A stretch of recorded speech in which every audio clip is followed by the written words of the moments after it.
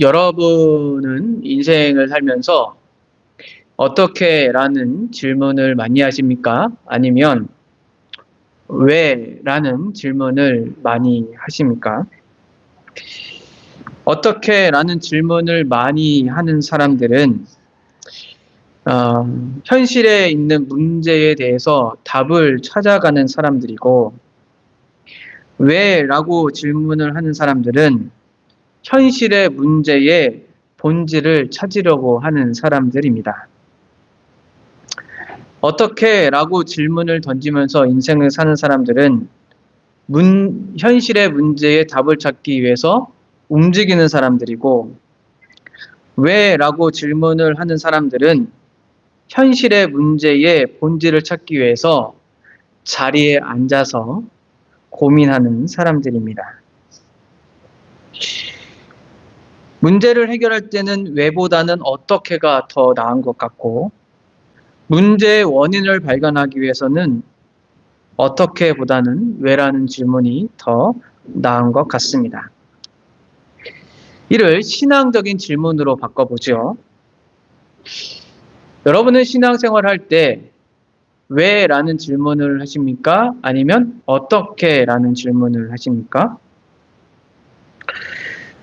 왜 신앙을 가졌습니까? 라는 질문을 하십니까? 아니면 어떻게 신앙생활을 하면 좋을까? 라는 질문을 하십니까?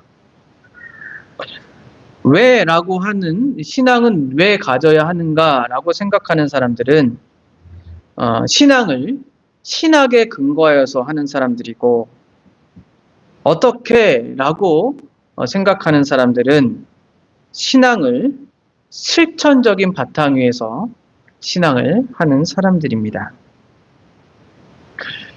무엇이 좋고 무엇이 나쁘다라는 것이 아니라 그렇다라는 것이죠. 자, 우리는 갈라디아서를 보면서 이 왜라는 질문과 어떻게라는 질문을 함께 할 수 있습니다. 갈라디아 지역에 있는 교회들은 왜 다른 복음을 따르게 되었습니까? 그리고 바울은 다른 복음을 따르는 자들에게 어떻게 참된 복음으로 돌아가도록 지금 말을 하고 있습니까? 오늘 본문에 초점을 맞춰서 질문한다면, 하나님은 왜 율법을 우리에게 주셨습니까? 이 질문에 오늘 본문을 통해서 답을 얻을 수 있다면 다음 질문에도 답을 얻을 겁니다. 그러면 우리는 어떻게 해야 합니까? 이 두 가지 질문에 답을 얻어간다면 오늘 본문을 잘 이해하셨다고 생각할 수 있습니다. 본문을 이해한다는 것은 먼저는 문맥의 흐름을 이해하는 것으로 시작합니다. 특별히 바울의 글을 읽을 때 문맥의 흐름을 놓치게 되면 자칫 잘못하면 베드로가 말한 것과 같이 바울의 글들을 비틀고 왜곡할 수 있게 됩니다. 이 바울의 서신서들은 편지지만 우리가 일상적으로 쓰는 편지와 다르게 상당히 설득적이고 논리적인 글로 되어 있기 때문에 그 논리라는 것에서 조금 어긋나게 되면 그 다음 논리가 왜곡되고 비틀어지게 되겠지요. 그래서 바울의 글을 읽을 때는 조금 정신을 좀 차리고 문구 하나, 문단 하나 논리적으로 어떻게 연결되고 있는가를 살펴보는 것이 바울의 글을 이해하는 데 있어서 상당히 중요할 것입니다. 반복되는 내용이지만 다시 한번 오늘 본문을 이해하기 위해서 특별히 문맥적 이해가 중요하기 때문에 다시 한번 말씀드리겠습니다. 바울은 갈라디아서 2장 후반부에서 하나님께 의롭다함을 얻게 되는 것은 율법의 행위가 아니라 믿음으로 말미암는 것이라고 하였습니다. 갈라디아서 2장 16절이죠. 그리고 나서 바울은 믿음으로 의롭다 함을 받는 사람은 하나님의 아들을 믿는 믿음 안에서 살아간다라고 그리스도인의 삶을 말하였습니다. 갈라디아서 2장 20절이죠. 이러한 삶을 바울은 십자가의 은혜로 사는 삶이다 라고 말을 합니다. 바울은 갈라디아서 3장에 도달하여서 이 그리스도를 믿음으로 의롭다함을 받고 그리스도를 믿음으로 살아가는 사람들은 성령을 받고 성령으로 살아가는 사람들이라고 말을 합니다. 이렇게 말하면서 바울은 성령으로 사는 사람들은 율법의 행위가 아니라 믿음으로 말미암아 아브라함의 자손이 되어서 아브라함의 복을 받는다라고 말을 하죠. 3장 6절 이하의 말입니다. 이렇게 아브라함의 복은 성령의 약속을 받는 것인데 이 복을 받는 것은 믿음이고 그 믿음은 내용이 담겨져 있는데 그 내용은 바로 그리스도의 십자가의 죽음입니다. 그 유명한 말씀이죠. 13절 그리스도께서 우리를 위하여 저주를 받은 바 되사 율법의 저주에서 우리를 속량하셨으니 기록된 바 나무에 달린 자마다 저주 아래 있는 자라 하였습니다. 이렇게 예수 그리스도의 속량하심을 믿음으로 믿는 자들은 아브라함의 자손이 되어서 아브라함에게 약속하신 복, 즉 성령의 약속을 받으며 살아갑니다. 바울은 이 갈라디아 3장 15절부터 형제들아 라고 말을 하면서 이 약속과 율법에 대해서 조금 더 우리 현실에 와닿도록 설명을 합니다. 사람의 방식을 도입해서 말을 하죠. 사람이 정한 계약도 변경하거나 폐지할 수 없을진데 하나님의 약속은 더더욱 그렇지 않겠느냐라고 말을 하면서 하나님이 아브라함과 먼저 맺은 약속을 율법이 변경되거나 폐지할 수 없다라고 말을 합니다. 따라서 아브라함의 자손이 되는 것은 하나님과 아브라함이 먼저 맺었던 약속에 근거하는 것이지 율법에 따르는 것이 아니다라는 논증을 펴가죠.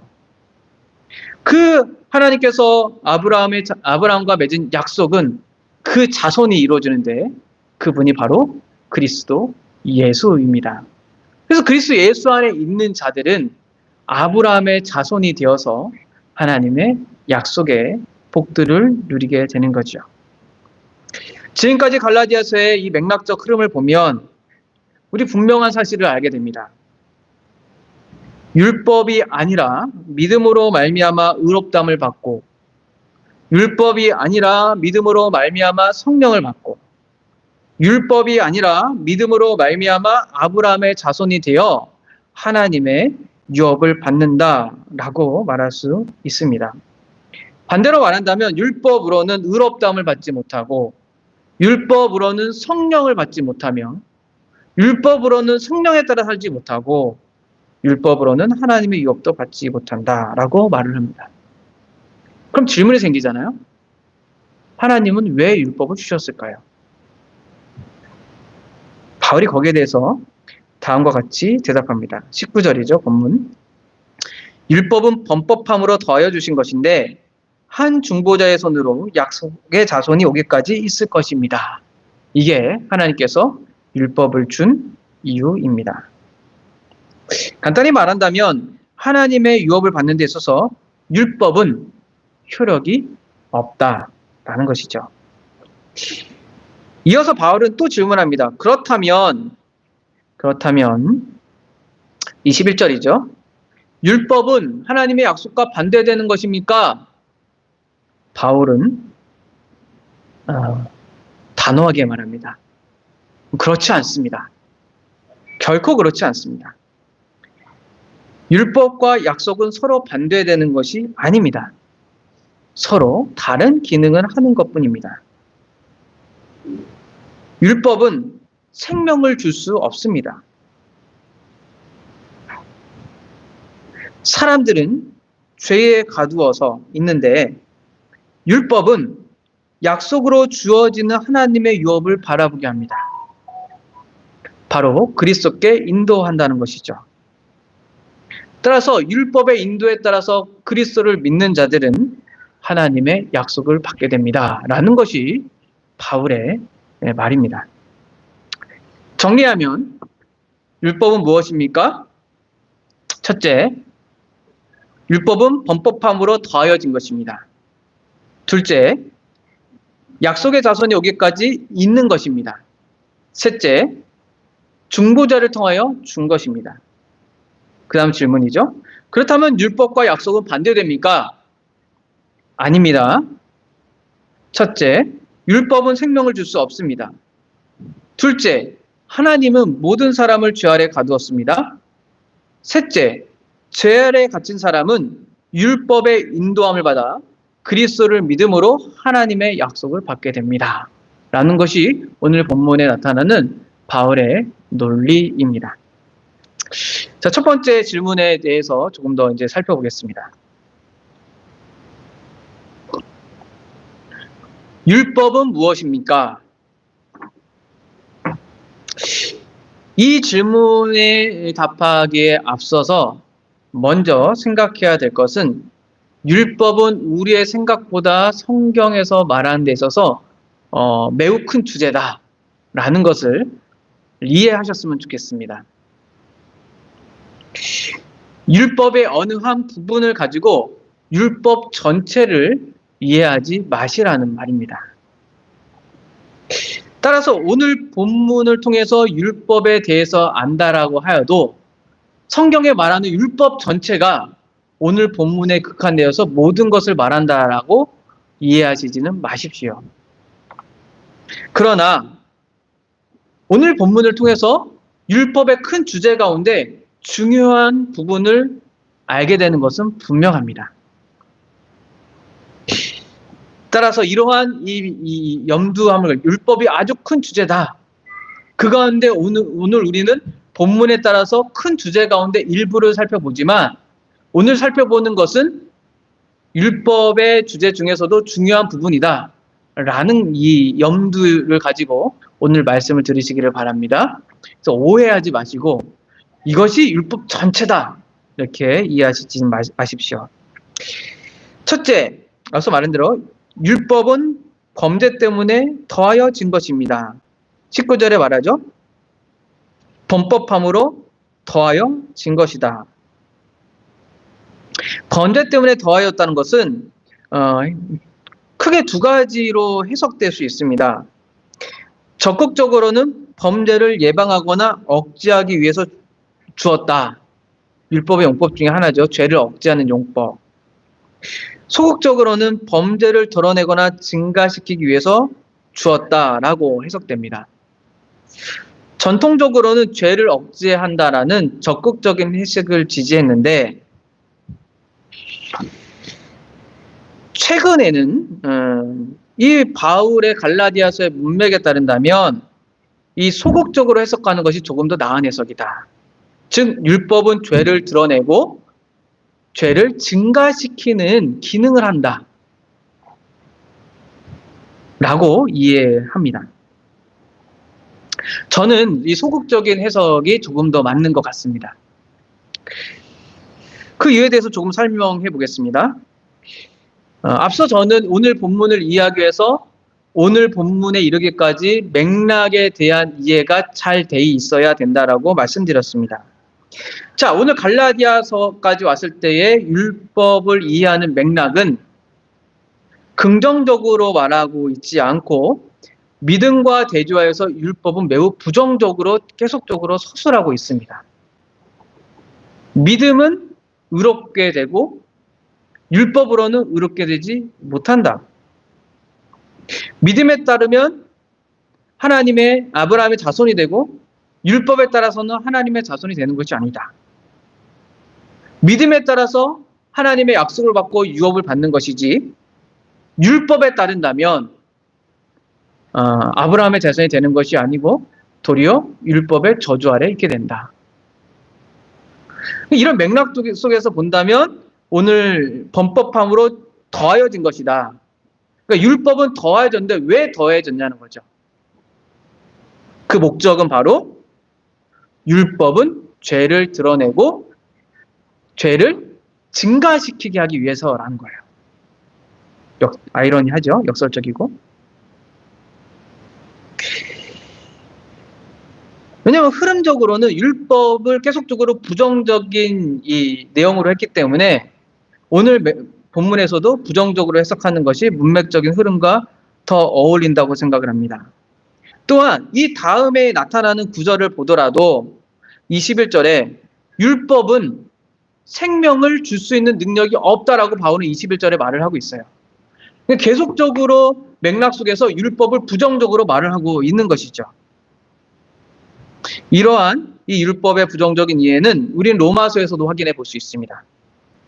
율법은 진노를 이루게 하나니 율법이 없는 곳에는 범법한도 없습니다. 죄를 드러나는 거죠. 율법이 들어온 것은 범죄를 더하게 하려는 것입니다. 로마서 5장 20절이죠. 그러니까 율법은 우리로 하여금 죄를 드러내고 드러난 죄가 줄어들게 하는 거예요? 늘어나게 하는 거예요? 늘어나게 하는 거예요. 이게 율법이라는 거예요. 두 번째는 율법은 그리스도에 오기 전까지 있다라는 겁니다. 율법은 있다라는 것보다는 유효하다라는 말이 좀 적정할 것 같아요. 율법은 그리스도가 오기 전까지 유효합니다. 반대로 말한다면 이 율법의 기능 앞에 있는 내용입니다. 율법이 범법함으로 더해진 것은 즉 그 율법의 역할은 죄를 드러내고 죄를 증가시키는 더하게 하는 율법의 기능은 영구적인 것이 아니라 임시적이고 한시적이라는 거예요. 약속의 자손인 그리스도가 오기 전까지 율법은 한시적이고 임시적으로 그 역할을 합니다. 오해하지 말아야 될 것은 율법이 임시적이고 한시적이라고 해서 그리스도께서 오신 이후에 율법이 폐지되었다 라고 말해서는 안 됩니다. 왜죠? 율법은 하나님께서 아브라함에 주신 언약과 같이 모세를 통해서 이스라엘 백성에게 주신 언약 가운데 하나입니다. 율법의 소극적인 기능이 없어진 거지 율법의 언약 자체가 없어졌다라고 생각하면 안 돼요.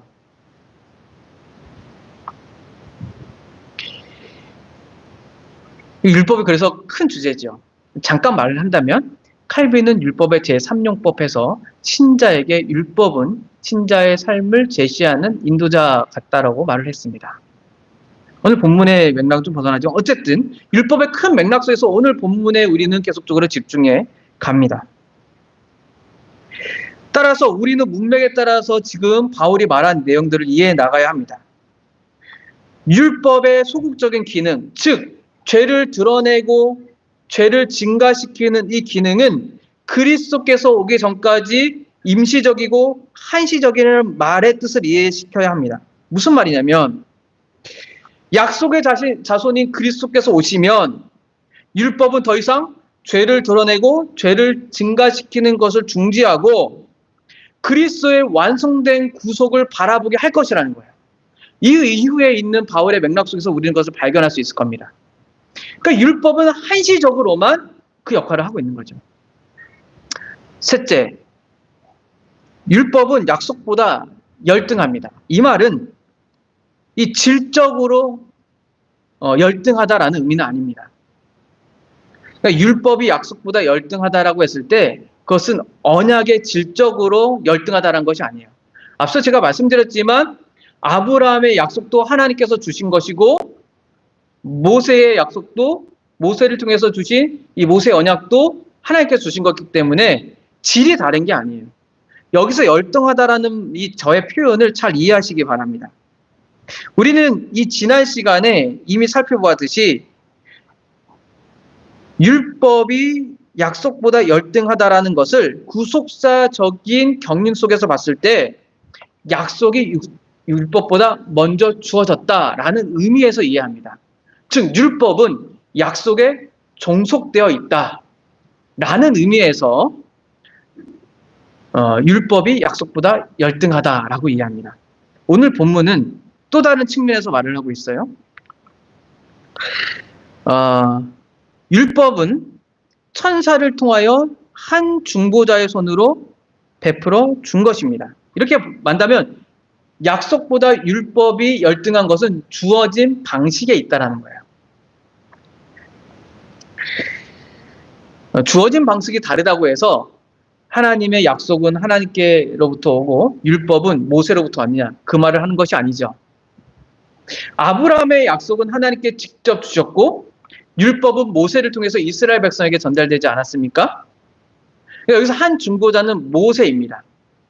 어떤 학자들은 이제 이 그리스도라고 하는 경우도 있는데, 맥락적으로 했을 때는 이 한 중보자는 그리스도가 아니라 모세를 말을 한 것 같습니다. 왜냐하면 율법은 모세를 통해서 받았잖아요. 그러면 모세를 통한 율법이 하나님께 주지 않았다고 우리는 말할 필요 없어. 하나님께서 주신 것인데 중보자의 손을 통해서 주신 거라는 거예요. 그럼 그 의미가 뭡니까? 그 다음 구절 좀 어렵습니다. 20절. 그 중보자는 한 편만을 위한 자가 아니라 하나님은 한 분이시니라. 이 해석은 너무 다양해요. 되게 어려운 구절이에요. 20절. 제가 정확하다는 것이 아니라 이 구절을 통해서 살펴본 것은 어떻게 이해하냐면 그 율법에 주어지는 방식을 보십시오. 한 편만이 아니라는 말은 어떤 말이냐면 하나님과 이스라엘 백성, 하나님의 백성 사이에 중보자가 있다라는 의미예요. 그런데 약속은 뭐예요? 하나님께서 직접 주신 거죠. 그러니까 약속은 하나님께서 이뤄갑니다. 근데 율법을 보십시오. 조건이 붙죠. 백성들이 지켜야 할 것, 그죠? 하나님께서 해야 될 것. 이런 방식의 차이가 있다는 거예요. 따라서 직접적으로 주어진 약속은 하나님께 달려 있습니다. 조건적이지 않습니다. 그러나 간접적으로 주어진 약속은 하나님과 모든 사람에게 각각 의무를 주어지게 합니다. 그래서 율법은 조건적이죠. 이러한 방식에 따라서 아브라함에게 직접 주어진 약속이 모세를 통하여 중보자를 통하여 주어진 율법보다는 낫다라고 말을 하는 거예요. 그러니까 바울은 지금 일관성 있게 뭐라고 말을 하고 있는 거예요? 하나님의 약속 이후에 하나님께서는 모세를 통해서 언약을 맺으셨지만 앞서 말한 내용들을 주제를 계속 견지하고 있죠. 하나님께서 정하신 구원의 길은 하나다. 약속을 믿는 것이다. 라고 말하고 있는 거죠. 그래서 바울이 뭐라고 그래요? 하나님은 한 분이다. 변하지 않는 그분은 한 분이고 영원하신 하나님은 한 분이다. 이렇게 말을 하는 거예요.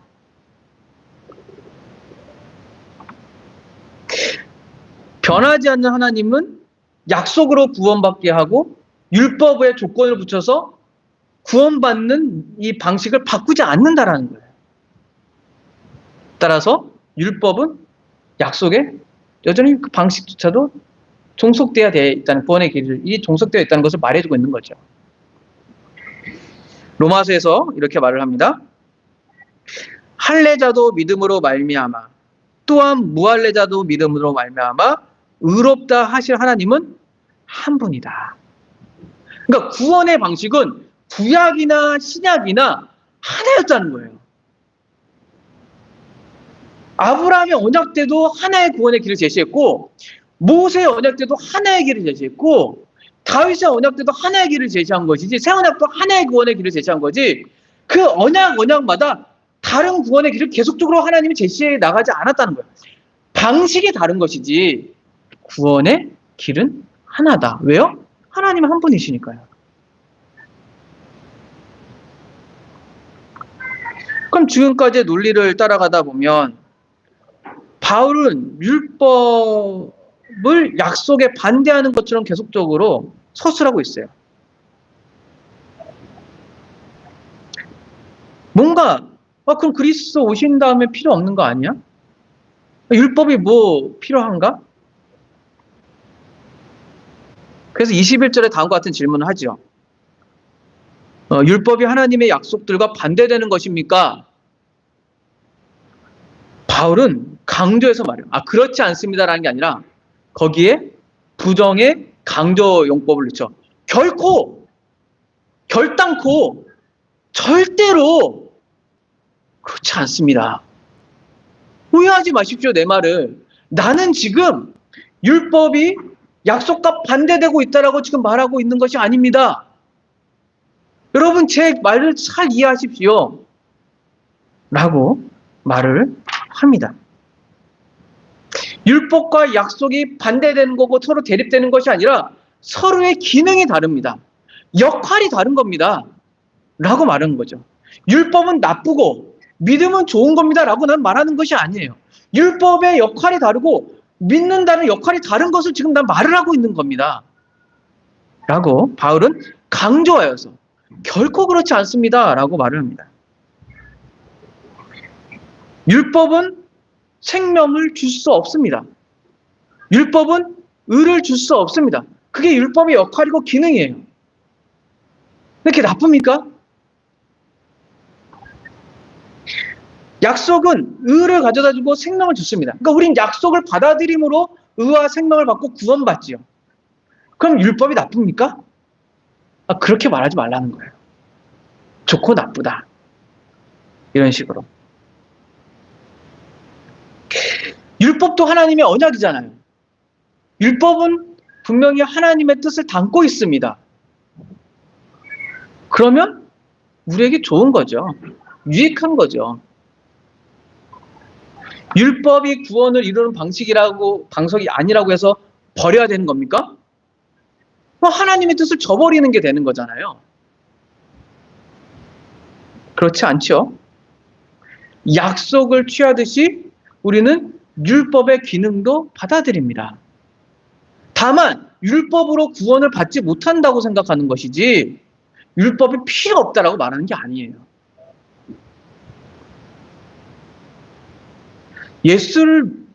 맞죠? 예수 그리스도를 믿고 십자가에 달려 죽으신 예수 그리스도를 믿고 우리는 구원받습니다.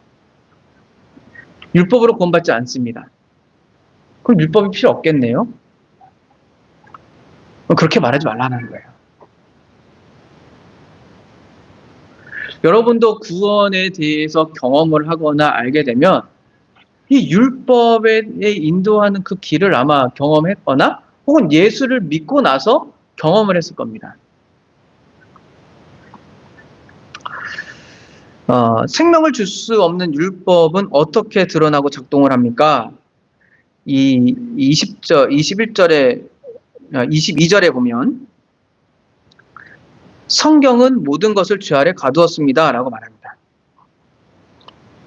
이것도 조금 논의할 내용이 있지만 간단하게 말을 하면 두 가지로 말할 수 있는데 이 성경을 율법으로 해석하는 경우가 있어요. 이 성경이 만약 구약 성경이잖아요.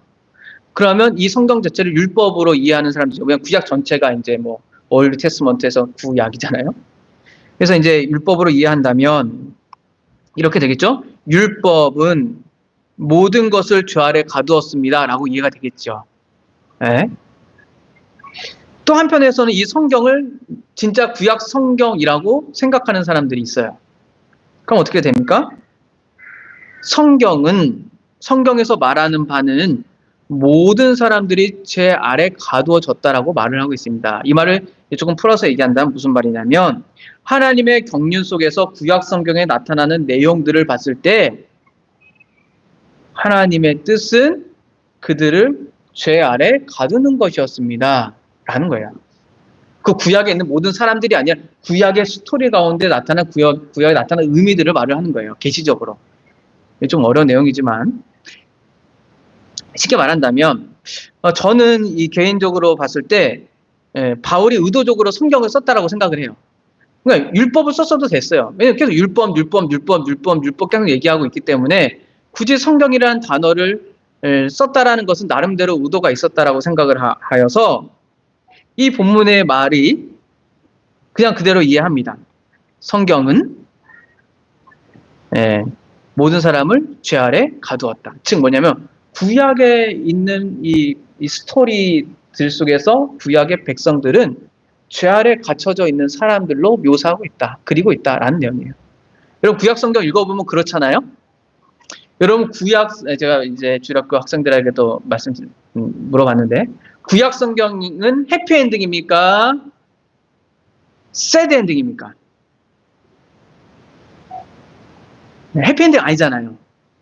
뭔가 아쉽고 부족하고, 그죠?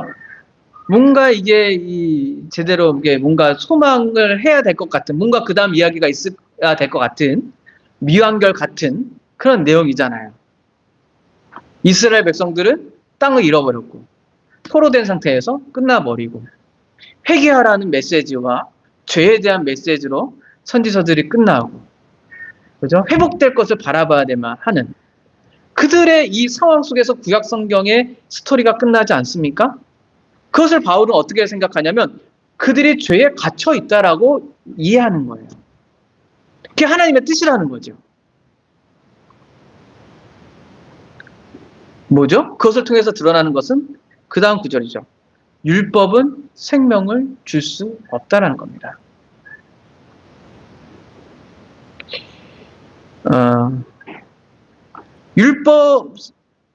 율법이 생명으로 주어졌다면 그 의가 이루어졌을 것이다. 생명이 주어졌을 것이다. 구약 성경은 해피엔딩으로 끝났겠죠. 그리고 그리스도도 안 와도 됐겠죠. 믿음도 그리 필요 없었을 거예요. 그럼 구약 성경 좀 읽어보면 율법을 주신 이후에 수많은 수천 년이죠, 사실은. 수백 년, 수천 년의 기간이 지남에도 불구하고 그 스토리들은 생명에 이르지 못한 사람들을 말하고 있잖아요. 보여주고 있잖아요. 즉 율법은 사망에 이른다는 것이죠. 그게 하나님의 뜻이라는 거예요. 그것을 통해서 하나님은 하나님의 의도와 뜻과 계획을 보여주신 거죠. 여러분 오해하지 말아야 될 것은 죄 아래 갇힌 모든 사람들이 구원받았냐 받지 못했냐 이걸 따지는 게 아닌 거예요. 지금 구속의 경륜 속에서 하나님이 나타내신 계시가 무엇인지를 바울은 말하고 싶은 거예요. 여기서 계시를 말하는데 각각의 구원론을 말하면 이게 엉키는 겁니다. 잘 들으셔야 합니다. 그래서 저한테 구약의 백성들 구원받지 못했습니까? 이 질문을 하지만 여기서 이 질문을 하면은 이 맥락적으로 안 맞는 질문인 거예요. 로마서에서 뭐를 말을 하죠? 생명에 이르게 할 계명이 내게 대해서 도리어 사망에 이르는 것이 되었다. 유대인들은 율법을 통해서 생명에 이를 것이라고 믿고 있지만, 구약 성경을 통해서 지금도 믿고 있지만 하나님의 뜻은 그게 아니었다. 구약 성경을 보라는 거죠. 그러니까 바울은 그리스도를 만나고 이 구약 성경을 보는 눈이 바뀐 거예요. 그러면 하나님께서 그들을 죄에 가둬두시고 율법을 통해서 죄를 드러내고 증가시키는 이유가 있을 거 아니에요. 그 이유가 뭐냐라는 거예요. 22절에 이렇게 말해요. 이는 그 결과, 하나님께서 그렇게 갇힌 결과 예수 그리스도를 믿음으로 말미암는 약속을 믿는 자들에게 주려 함이라. 쉽게 말하면 죄 아래 있는 사람들로 하여금 율법은 생명이 없다라는 것을 알게 하고 약속을 바라보게 한다는 거죠. 그럼 약속의 성취는 누가 했어요? 예수 그리스도께서 하셨잖아요. 그러니까 예수 그리스도께서 약속의 성취자인 것을 알고 믿음으로 그 약속을 받도록 하는 것이 율법의 역할이라는 거예요. 우리가 주일학교 때 이 말을 한다면 예수 그리스도는 구약에서 오실 그리스도요. 율법에서 구원을 못 받으니까 그리스도를 바라봐야 되잖아요. 그러니까 구약 성경은 오실 그리스도를 계속적으로 바라보게 하는 거죠. 인도하고 있잖아요, 지금 우리를. 구약 성경은 계속적으로 그리스도께 우리를 인도하고 있는 책이에요. 그럼 구약 성경 필요 없다고 말하면 안 되겠죠. 우리를 그리스도에게 인도하고 약속으로 인도하고 있는 이 구약 성경이 얼마나 소중합니까?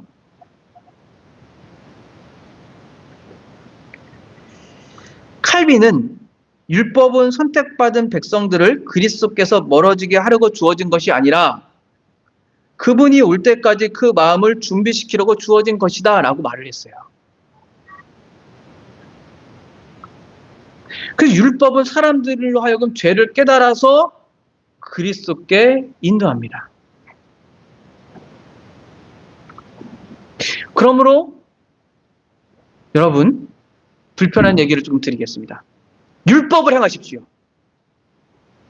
열심히 행하세요. 죽기까지 행하십시오.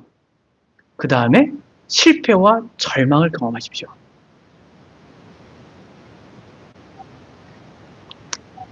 비틀러라는 사람이 이렇게 말했어요. 율법은 우리에게 유익한 절망의 속박이다. 선택된 자는 율법에 우리의 생명을 걸지 않아야 된다는 것을 자신의 경험을 통해서 알게 될 겁니다. 바울도 그랬고, 대표적인 사람은 루터잖아요. 루터 보세요. 자기의 생명을 율법에 걸었어요. 종교적인 제의, 금식, 모든 도덕적 선행, 걸레 닦기 다 했잖아요. 다 했는데 생명이 없는 거예요. 절망했지요. 낙담했지요. 실패했지요. 안 되는구나. 그때 성경을 보고 알았죠. 믿음으로구나. 약속 때문이구나. 누군가 예수 그리스도를 믿고 믿음의 과정 속에서는 다양한 경험이 있을 수도 있다고 봅니다. 누군가는 이 모태신앙부터 자라서 종교적인 제의나 이런 것들을 하기 때문에 늘 하지만 실패를 경험하지 않잖아요. 요즘 현대교회는. 왜죠? 칭찬하니까요.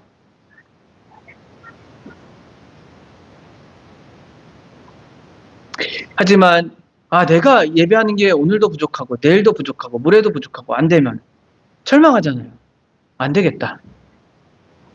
이걸로 안 되는구나 라고 생각해야 되는데 어떻게 생각하죠?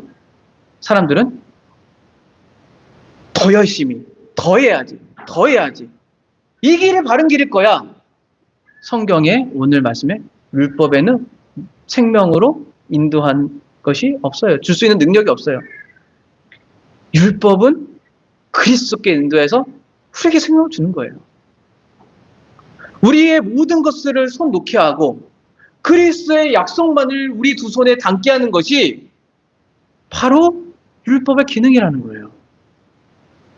그러니까 율법으로 열심히 일했던 손을 놓고 믿음의 손을 열어서 약속을 바라보는 것이 신자의 구원인 거죠. 이것은 예수 그리스도를 믿고 나서도 깨달을 수 있고 믿는 과정에서 깨달을 수 있습니다. 어떻게 하는지 몰라요. 그러나 신자는 다 이 경험했을 거예요. 나는 죄인입니다. 내 모든 일로는 구원받을 수가 없습니다. 우리가 세례받을 때 나는 죄인입니다. 이 말이 무슨 말이에요? 내 모든 행위로는 하나님을 만족시킬 수 없습니다. 나는 오직 예수 그리스도를 주로 믿습니다. 이게 무슨 말이에요?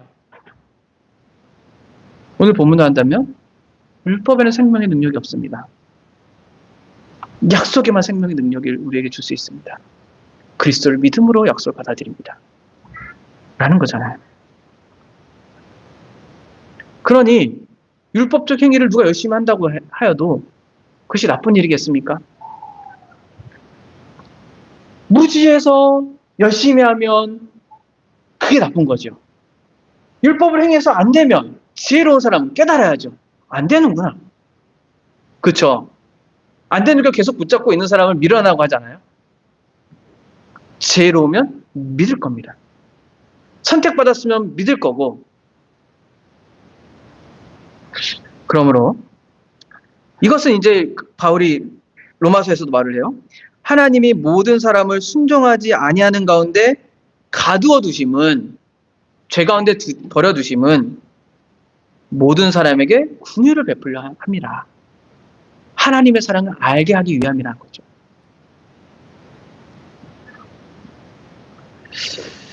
여러분 이제 여기까지의 말씀을 통해서 제가 처음에 들렸던 이 두 가지의 질문들을 다 답하실 수 있을 것이라고 생각이 듭니다.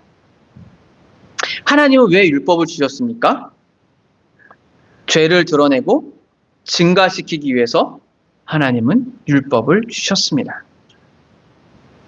하나님께서 우리에게 주신 율법은 우리에게 생명을 줄 능력이 없습니다. 그렇다면 율법은 우리에게 불편한 것입니까? 아닙니다. 율법은 우리가 죄 아래 있다라는 것을 알게 합니다.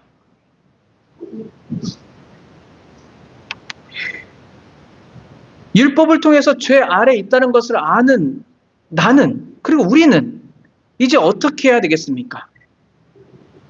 믿음으로 예수 그리스도를 찾고 하나님의 자비를 구해야 되지 않겠습니까? 예수 그리스도를 믿으십시오.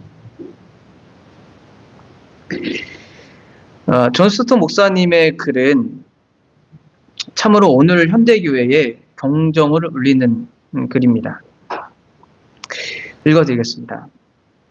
현대교회의 가장 큰 잘못 중 하나는 죄와 심판을 약화시키는 것이다. 거짓 예언자들처럼 하나님의 백성의 상처를 가볍게 여긴다. 율법에 복종할 때 은혜에 대해서 말할 수 있다. 너무 빨리 신약으로 가는 것은 기독교적이지 않다라고 나는 생각한다. 오늘날 현대 복음 전도에서는 진주를 돼지 앞에 던진다. 사람들은 진주의 아름다움을 보지 못한다. 율법을 먼저 자신 앞에 보여주기 전까지는 복음의 진가를 인정할 수가 없을 것이다. 칠흑같이 까만 밤하늘을 배경으로 할 때야 별들은 나타나기 시작하며 죄와 심판이라는 어두운 배경 속에서 복음의 빛은 환하게 비칠 것이다. 멋있지 않습니까? 여러분, 복음이 환하게 비치지 못하는 이유는 우리의 죄가 얼마나 큰지에 대해서 알지 못하는 것이죠. 전 CC 출신이라서 사형리 정도도 많이 했지만 사형리에서 처음 시작하는 단어가 뭐예요? 하나님 당신을 사랑하십니다. 그 두 번째가 뭐죠? 당신은 죄를 지어서 하나님과 관계가 멀어졌습니다. 왜 이거 바꾸셨는지 아세요? 혹시? 처음에는 두 번째가 먼저 있었어요. 당신은 죄를 지어서 하나님의 관계가 멀어져 있습니다가 먼저 있었어요. 그런데 그것은 매우 사람들을 불편하게 만들잖아요.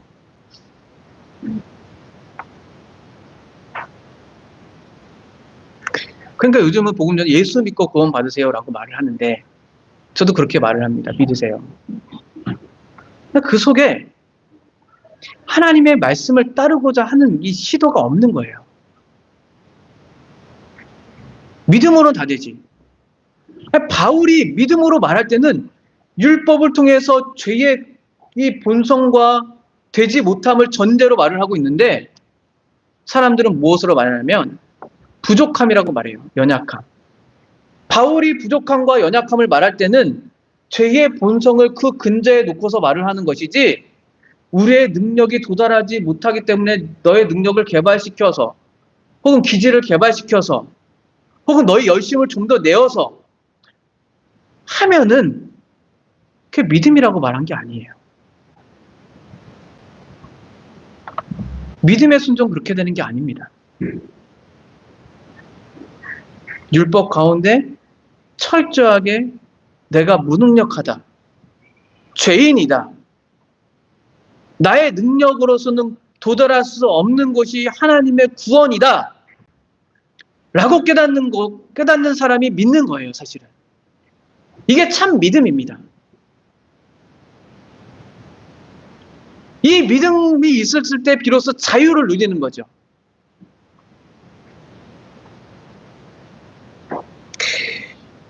우리가 육신에 있을 때 율법으로 말미암은 죄의 정욕이 우리 가운데 역사하여 사망의 열매를 맺게 합니다. 절망적이죠. 그러나 반전이 있죠. 그리스도 예수 안에서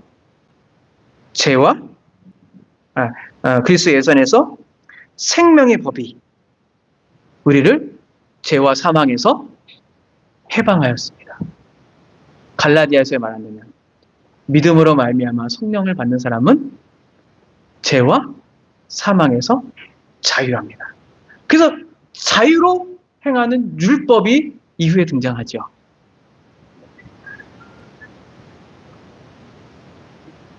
여러분, 율법 앞에서 스스로 절망하시고 지옥의 문까지 가보십시오. 고통스럽잖아요. 힘들잖아요. 좌절스럽잖아요. 출구가 안 보이잖아요. 그러나 그때 복음을 믿는 사람은 알 거예요. 아, 빛이다. 태양보다 더 밝은 이 자그마한 이 빛이다. 그 빛이 죄된 나의 모든 마음을 밝히는구나. 즐거움이 여기서 나오는구나. 기쁨이 여기서 나오는구나. 하나님을 향하여서 살 능력이 여기서 나오는구나. 내가 아니구나. 율법이 아니구나. 복음이구나. 율법은 우리를 그리스도께 인도하는 그 길입니다.